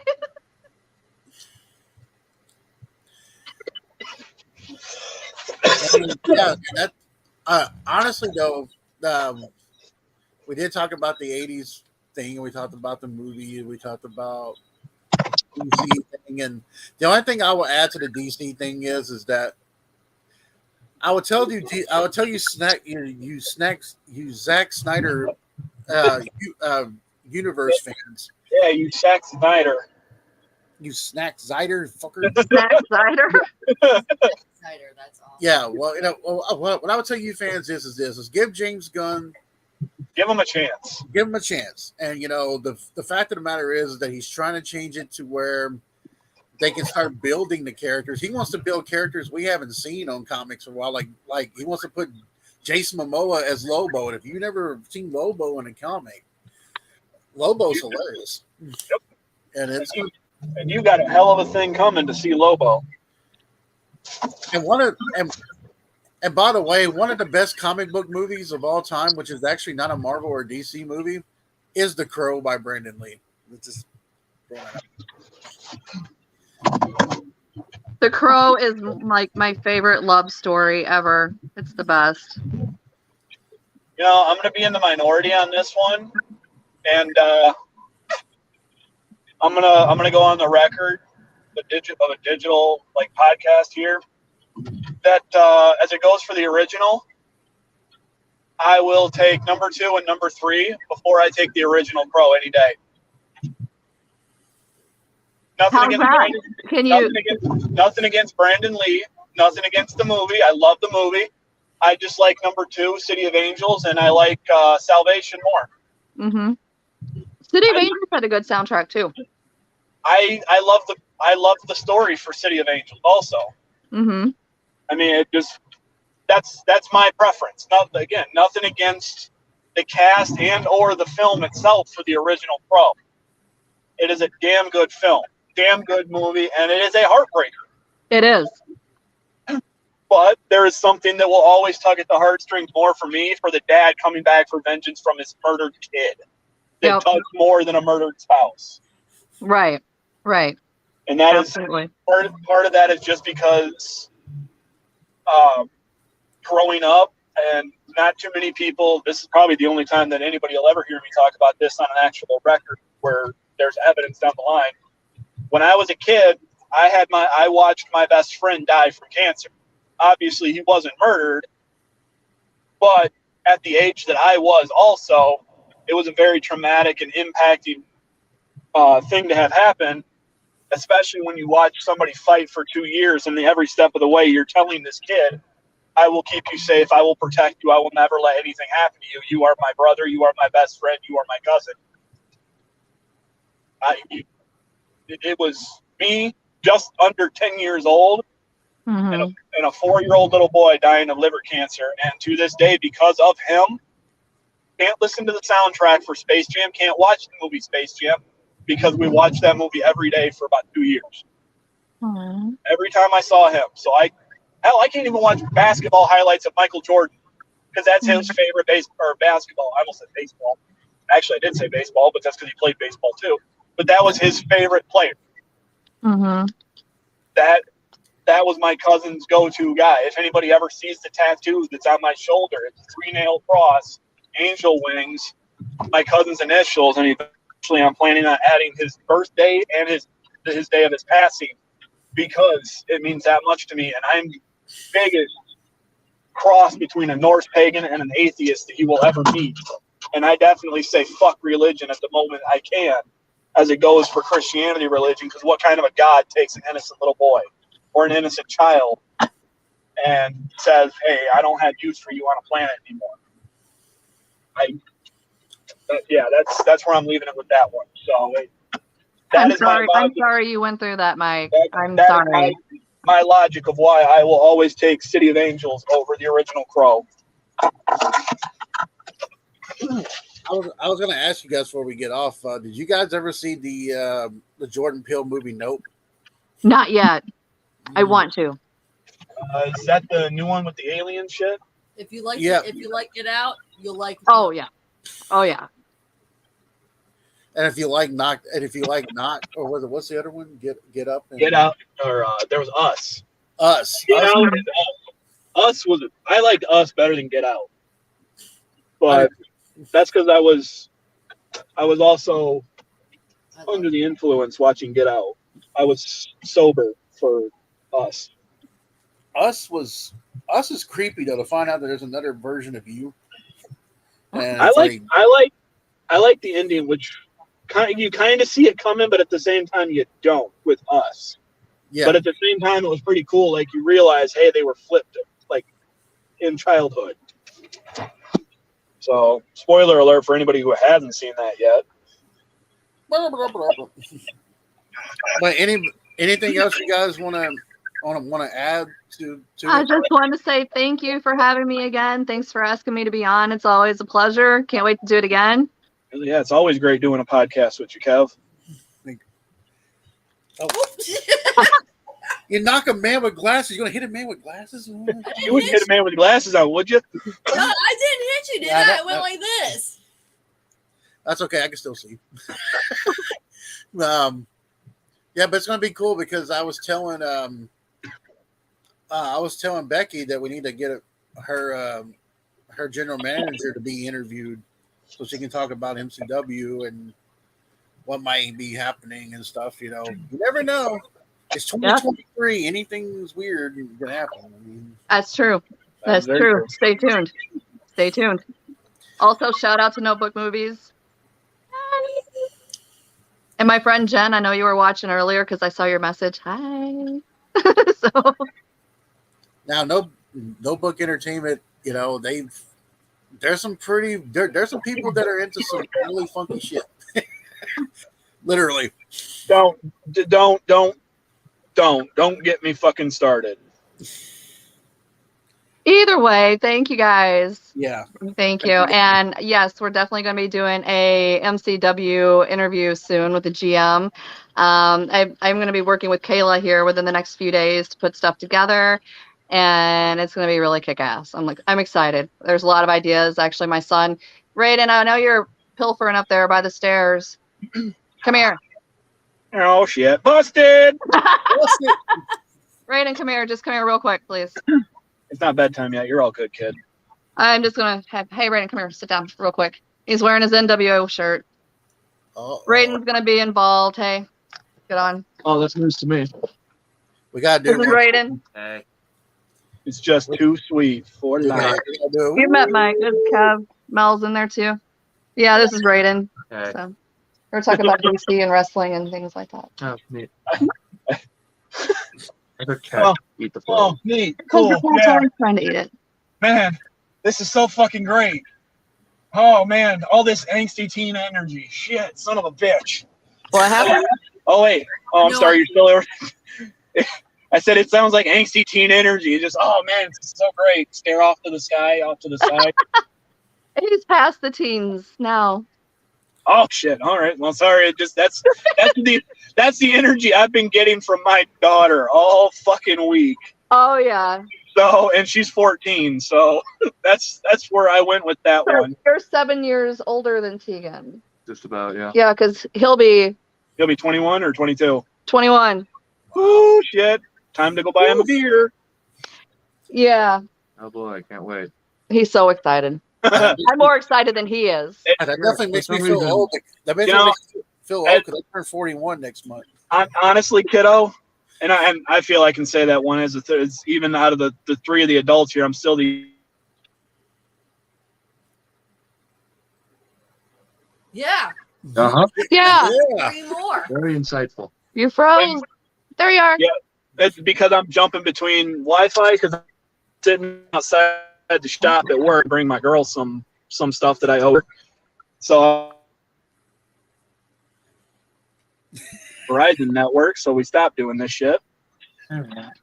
There's a kitty. And oh shit, now Becky starts Now getting cat. drained. The whole family's here. But hey, there we go. Oh, great! Yay, cat ass. First thing, I cat butt. The asshole cat with the cat ass. Yes. Oh, look, it's butthole. Oh. But That's So- what no, when I turned 21, I was at work. I was working 3 to 2 a.m. 3:30 to 2:30 a.m. To me, Yeah. it was just another day. My 21st birthday, I think the only thing I did is on my lunch break, I went to the gas station and bought a 6-pack of Mike's and a 6-pack of Corona, and that was it. And I didn't even drink them until like 3 weeks later. I don't even enjoy alcohol. Did not even give a shit that it was, because I had never been a drinker. Like all my friends growing up, they were the ones that like drank underage or smoked pot. I didn't do any of that shit. I had a school teacher for a mom at the high school I went to. If I got in trouble and got a detention, she knew about it before I fucking did. Mm. And that was some serious horse shit. And it fucking sucked. Funny story about that, when I got fucking grounded, I'm playing pool with my mom. She goes, so you want to tell me about this referral you're getting? So what the fuck are you talking about, referral? Like, She no, goes, I don't want to speak to this She right goes, now. you didn't get a referral today? I'm like, not to my knowledge. She goes, oh, well, I guess you'll get it on Monday. Wait, no. Back up. What? Come on, stop here, please. Before we go, though, I have to ask your son, Becky, what's his favorite NWO member? Who's your favorite NWO member? God, there's like 500 of them. The main one. Yeah, thanks. The main one. There were still like 200 of them. Yeah, I was about to say, in general, of all time, I was always a big fan of Scott Hall. I always thought he was really underrated.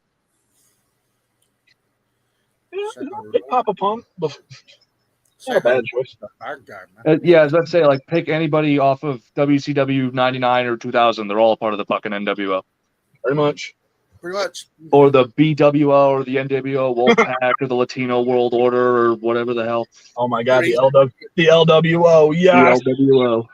Or like ECW had the BWO with Blue Meanie and Stevie Richards and all that them. blue guy. Yeah. What was it? Because the other one ended up becoming Simon Dean. What was he? Who was Simon Dean in WWE? What was his character? I think he was the one that was. I don't remember.